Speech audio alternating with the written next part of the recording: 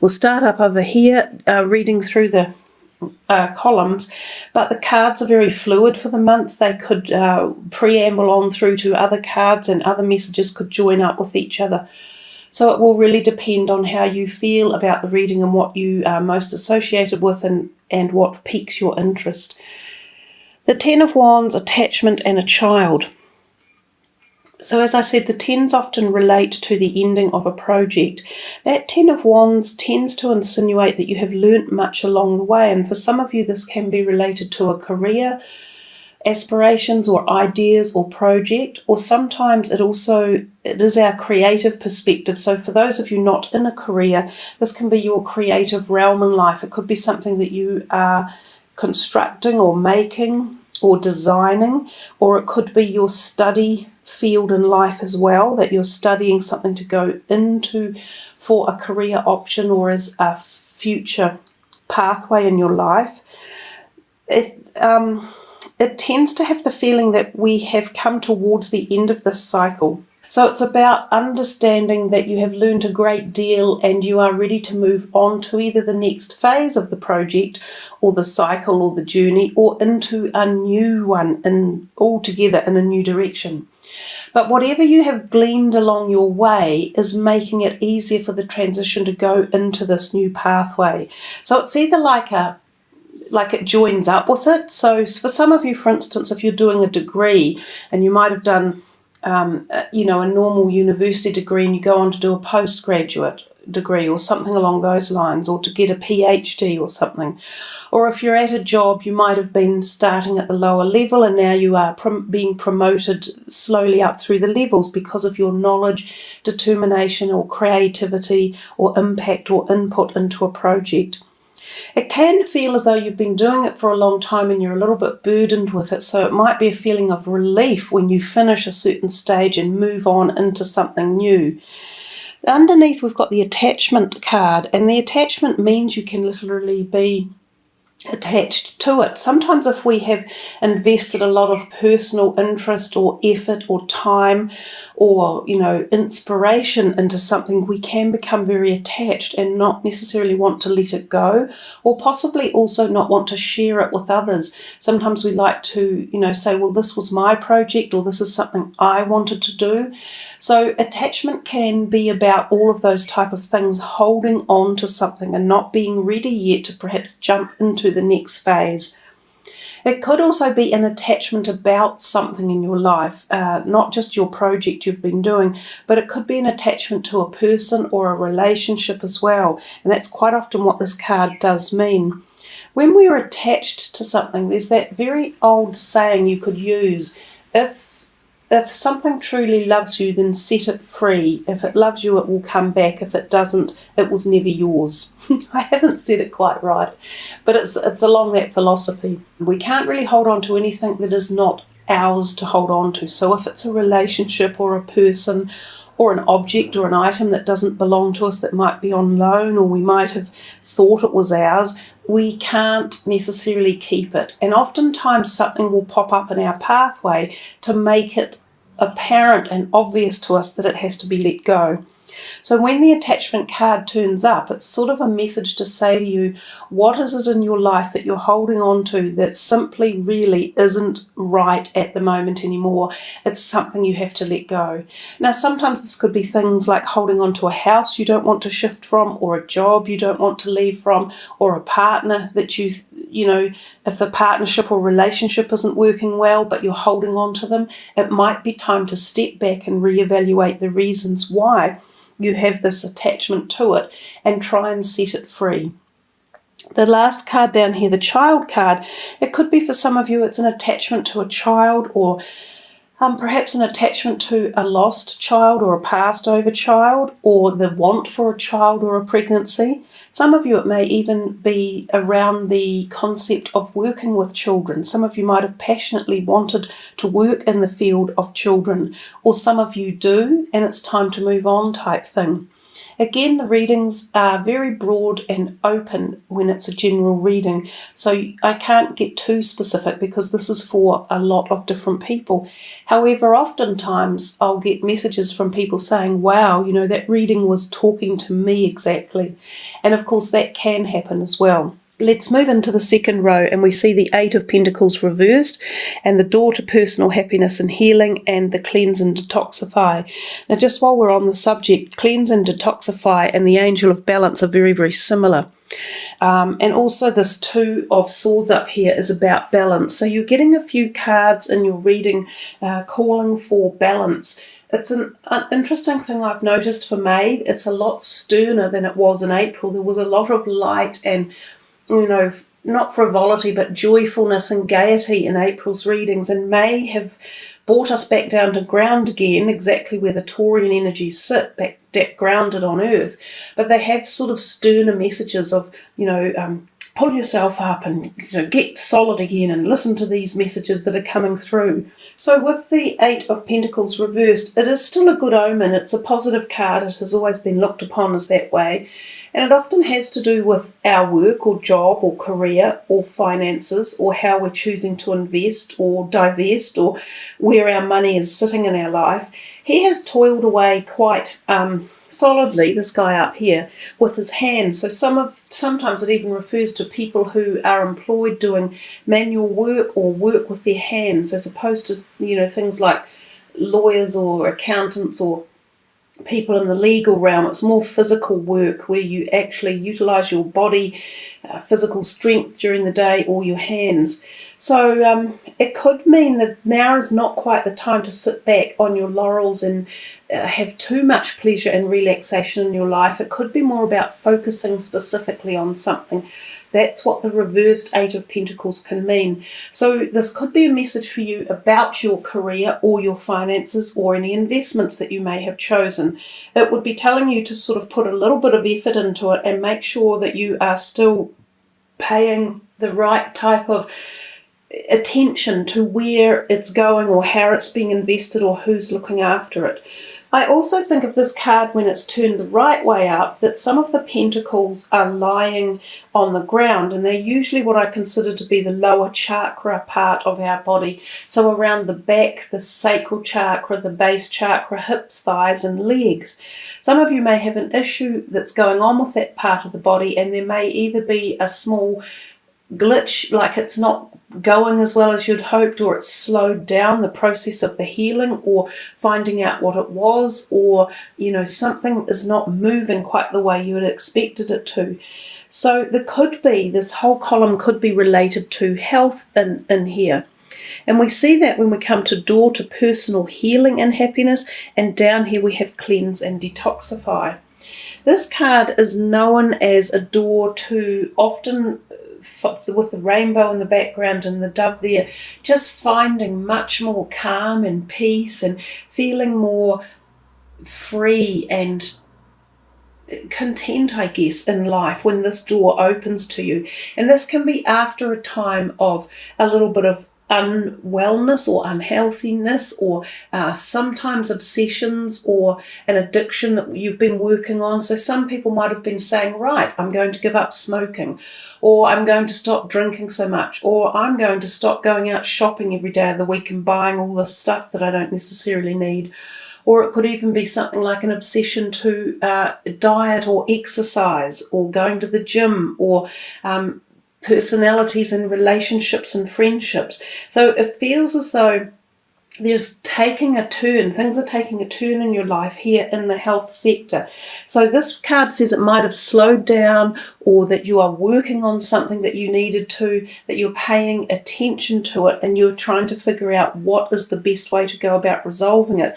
And then you might get some insight, some support, some ideas, some help when this card or energy is around. And this could be through ways of other people mentioning things to you, or it could be through mentorship, or a new program that comes online that you find that you're really interested in, or community support. And this one down here is just talking to you again about cleansing and detoxifying your body, in case there's any sort of like just sludgy stuff, like feeling blah, or no energy, or a bit down. Oftentimes when we do a good detox and cleanse, we can just jump up again in energy. We can find ourselves all zooshed up and feeling fresh and free. So this may also suggest to you guys to look carefully at your diet, what you're eating and ingesting, the way you're spending your time. Are you meditating or enjoying life or relaxing enough? Are you getting enough sleep and rest? Are your hormones really balanced? And are your vitamin levels and things like that all in kilter? So I think that's a lot what that row is talking about, as well as that possibility what I first mentioned regards the finances. So we come here to this one and we see these three, which is the 10 of Pentacles, the anxiety and the entrepreneur. Kind of a mixed bag going on there. The 10 of Pentacles is often known as a card of I'll just refocus this again for you, as a card of feeling confident or secure, or as if there are people around you, if it's not yourself, who are nurturing you or who give you support one way or another. This can often be a card that symbolises, again, the endings of cycles. It can suggest a period in our life where we are feeling financially set and as if we have some good assets perhaps or some good investments around us. If it's not you in that position, then it could well be family members such as extended parents or grandparents or parents-in-law, something like that, who might be able to help support you in your quest for perhaps a home or something like that. Some of you may find that you end up living in a scenario or with people of this type of energy, supportive and nurturing and protective. That's what that card can generally mean. And then under here we come and we see the anxiety and we think, well, that seems such a strange one with this card here. So there's a possibility that some of you may have been feeling anxious or a bit worried or concerned about something, and these people are helping, or you find support through these people or this kind of atmosphere or community or environment. It may also be that for some of you, you are pondering upon your accumulation of wealth or assets or something, and you are wondering about whether or not you are going to go into something like your own business. That's what the entrepreneur card is.